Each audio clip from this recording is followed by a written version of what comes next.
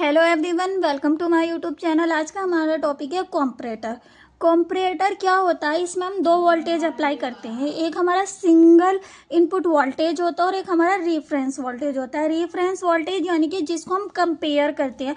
अगर ये हमारा 15 वोल्ट का और ये 10 वोल्ट का, यानी कि इनपुट वोल्टेज से कंपेयर करके पता चल जाता है कि ये 5 वोल्ट कम है।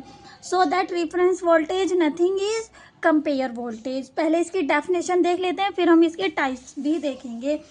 Comparator, op amp as a comparator के नाम से भी आता है। आज सर्किट, ये एक सर्किट होता है which compare the applied input voltage at one input terminal, यानी कि कंपेयर करते हैं अप्लाइड इनपुट वोल्टेज जो हमने दिया है ऑफ एन ओपेम विद किसके साथ कंपेयर करते हैं? रेफरेंस वोल्टेज, जिसको हम रेफरेंस वोल्टेज, नाउन का मतलब क्या होता है जानते हैं।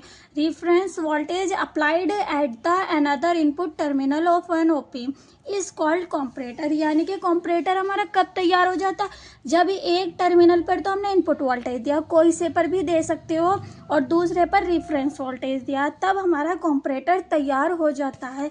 वी कैन से, हम कह सकते हैं comparator has two input and one input is usually a constant. यानी कि कॉम्परेटर जो होता है दो इनपुट कंसिस्ट करता है, जिनमें से एक कांस्टेंट रेफरेंस वोल्टेज होता है।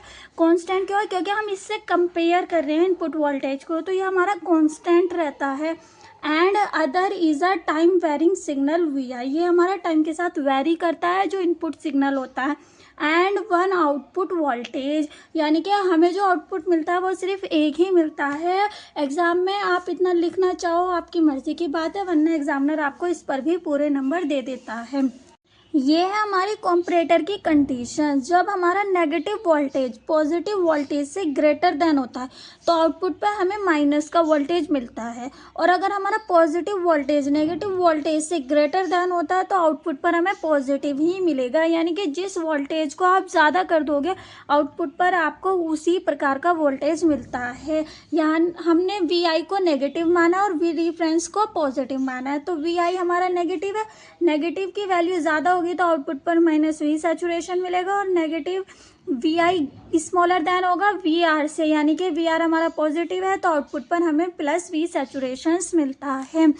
Types of comparator based on applied voltage, यानी कि अप्लाइड वोल्टेज के बेस्ड पर कॉम्परेटर टू टाइप्स के होते हैं, इन्वर्टिंग कॉम्परेटर और नॉन इन्वर्टिंग कॉम्परेटर।